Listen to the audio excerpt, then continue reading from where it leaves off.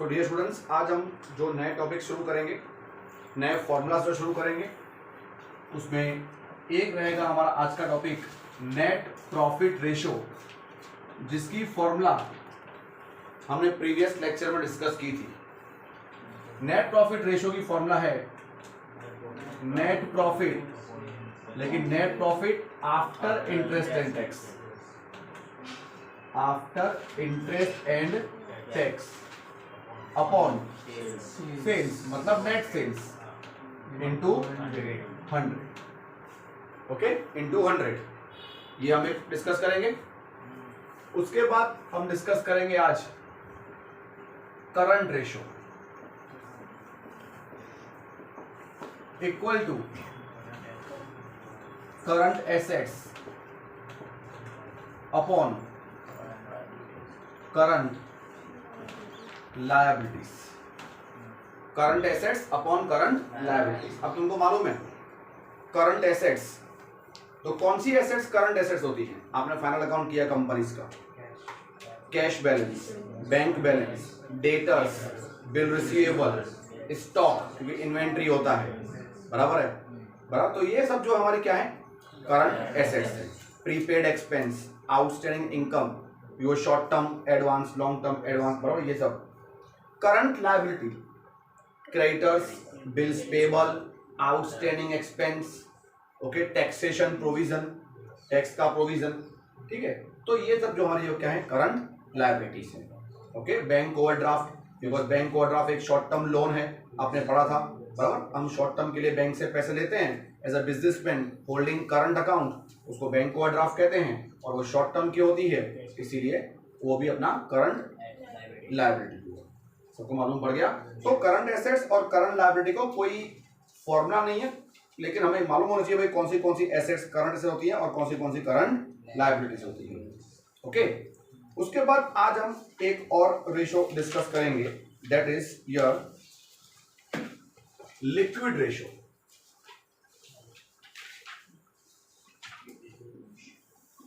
Liquid ratio equal to होता है liquid assets upon liquid liability, liquid assets upon liquid liability. और एक बात और है कि liquid assets upon liquid liability. अब मैं बताऊं, लिक्विड लायबिलिटी जो होती है वो इक्वल टू करंट लायबिलिटी ही होती है। Liquid liability is equal to, इसीलिए यहां पे कई बार डायरेक्टली करंट लायबिलिटी भी लिखी जाती है। लेकिन ये लिक्विड एसेट्स क्या है, मैंने आपको अभी अभी सिखाया, खाली मुझे वापस तुम बताओ, इस करंट एसेट्स में हम क्या क्या इंक्लूड करते हैं। एक लिस्ट लिखते हैं अपने, cash balance, bank balance, debtors, चलो बिल रिसीवेबल,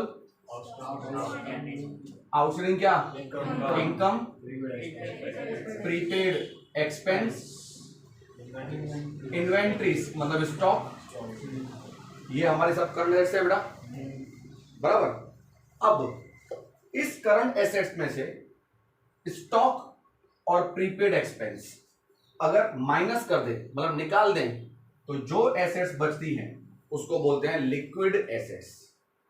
लिक्विड एसेट्स होती क्या है? लिक्विड एसेट्स वो होती है जो इजीली कैश में कन्वर्ट हो सकती है, जल्दी से उसका कन्वर्जन कैश में हो सकता है, बराबर। तो देखो, कैश और बैंक तो खुद कैश ही है, डेटर्स कलेक्शन है, बीआरबी कलेक्शन है, आउटस्टैंडिंग इनकम जो पैसे मिलने बाकी है, ये हम इजीली कैश में कन्वर्ट कर सकते हैं। तो आपको ये चीज ध्यान रखनी है कि लिक्विड एसेट्स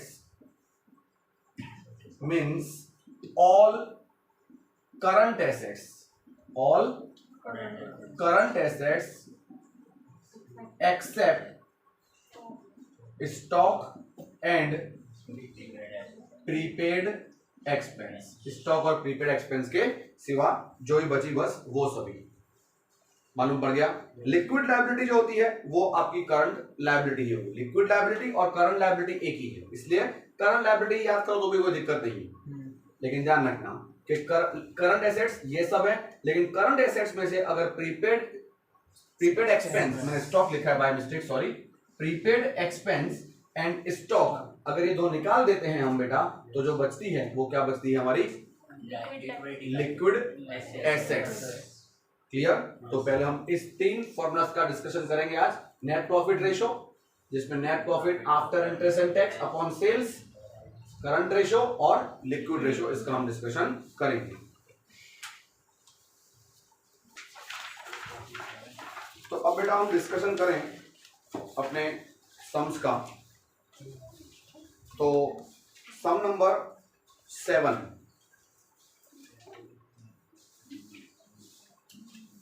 सम नंबर 7 के अंदर लिखा है calculate net profit ratio from question number 5 and 6। 5 और 6 दोनों में से। तो 6 का मैं करवाता हूं, 5 का तुम करना, डिस्कस करेंगे, कोई दिक्कत नहीं है। क्योंकि देखो नेट प्रॉफिट रेशो, पहले नेट प्रॉफिट रेशो की फॉर्मूला क्या है, पहले हर बार आपको लिखनी है फॉर्मूला, ठीक है? Net profit ratio equal to after interest and tax upon into 100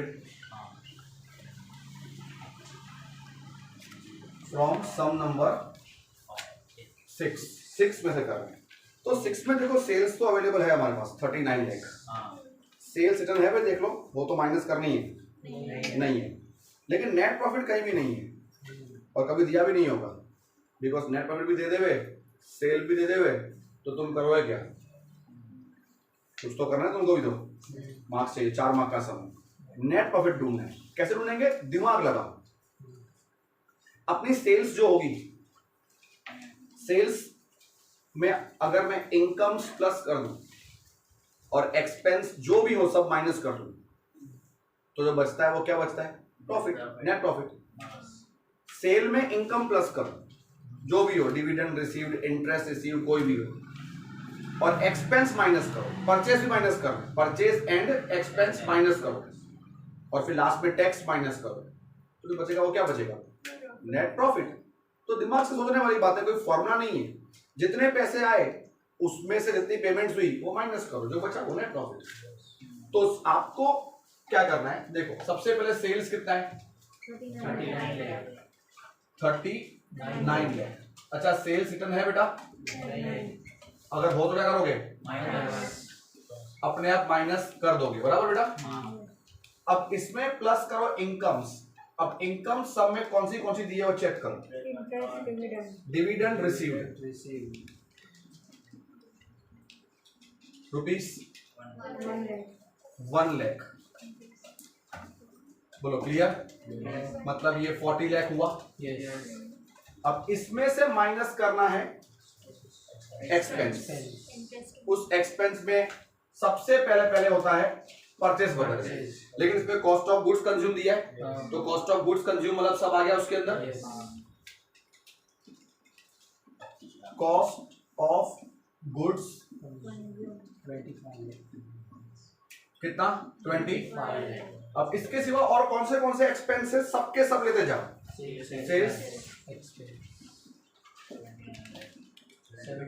75,000, फिर loss due to accident. Yes, कई बच्चे बोला सर आपने लॉस थोड़ी बोला, लॉस माइनस करने का। अरे नेट प्रॉफिट, फाइनल अकाउंट सीख के आए हो तुम लोग, क्या प्रॉफिट एंड लॉस अकाउंट में लॉस रिकॉर्ड नहीं होता? तो एक्सपेंस पॉइंट लॉसेस जो भी हो सब माइनस करना है। लॉस ड्यू टू एक्सीडेंट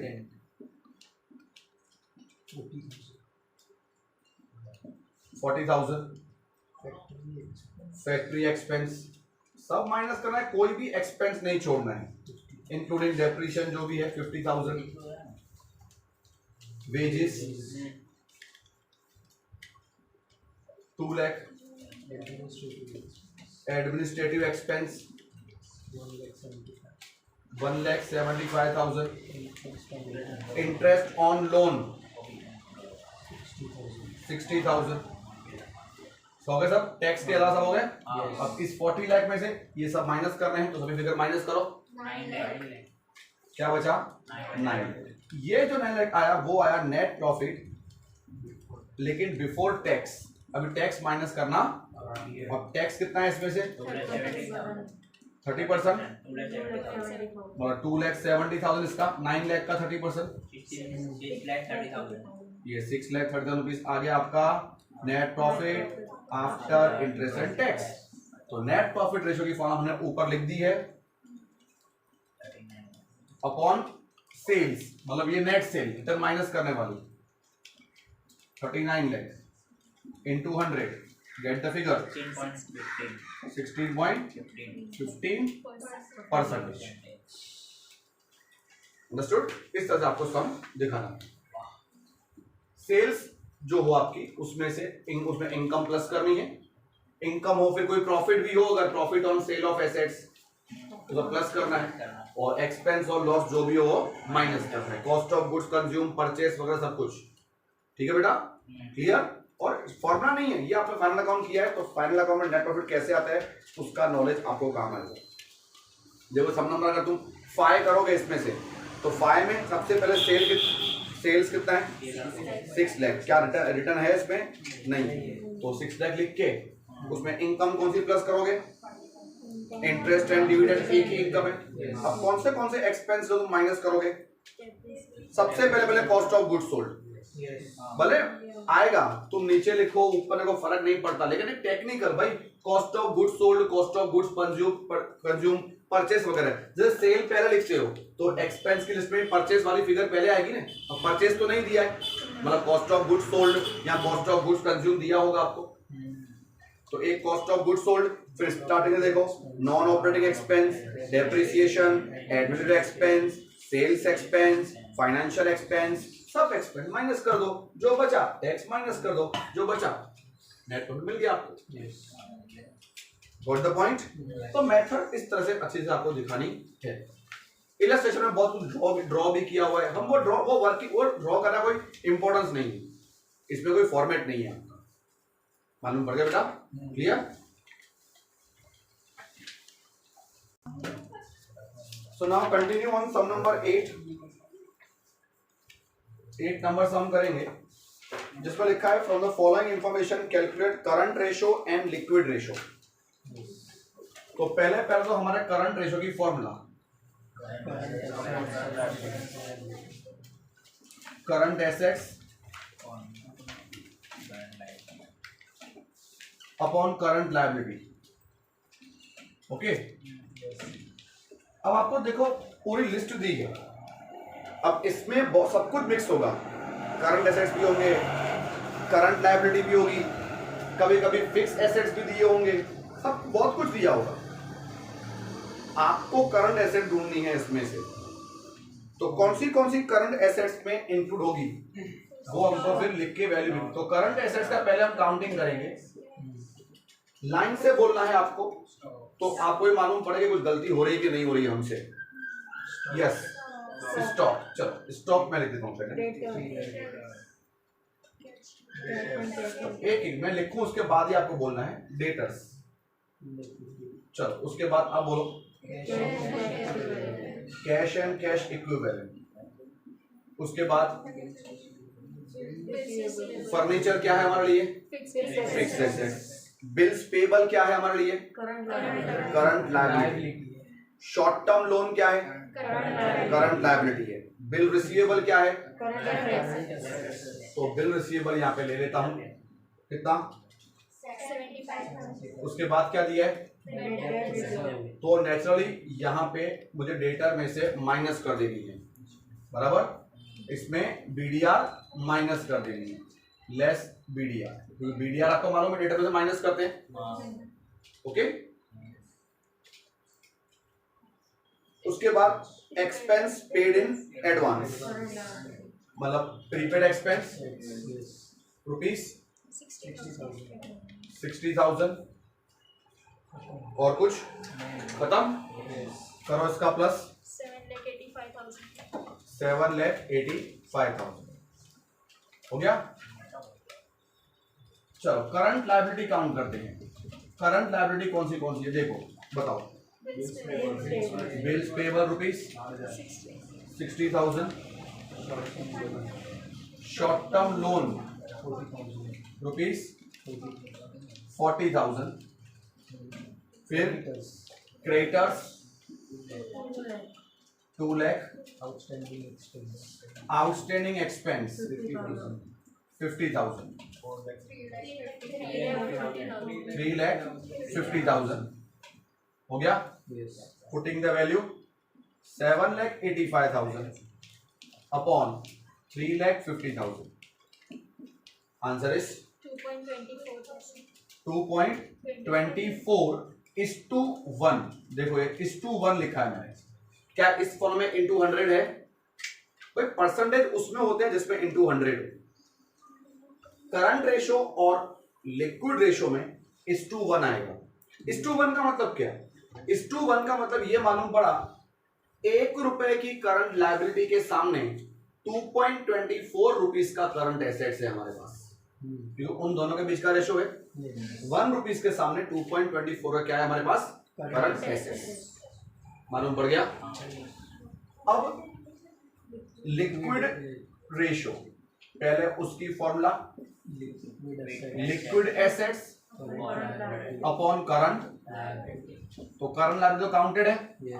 मैंने आपको लिक्विड एसेट्स बताए थे. क्या बताए थे? प्रीपेड और सारे current assets except stock and prepaid. तो आप क्या करोगे? देखो तुम्हारे पास लिक्विड एसेट्स ढूंढने के लिए करंट एसेट्स पहले हैं. कितनी है? 7,85,000. उसमें से स्टॉक जो भी है सब में 3 लाख और प्रीपेड एक्सपेंस वो दोनों निकाल दो, माइनस कर दो. 4,25,000 रुपीज हुआ. Now put the value. Liquid assets I 4,25,000 upon current liability तो वही है हमारी 3,50,000. 1.21:1. ये हुआ हमारा आंसर. 1 रुपीज की करंट लायबिलिटी के सामने 1.21 का हमारे पास लिक्विड एसेट्स है. सबको मालूम पड़ा बेटा? इजी.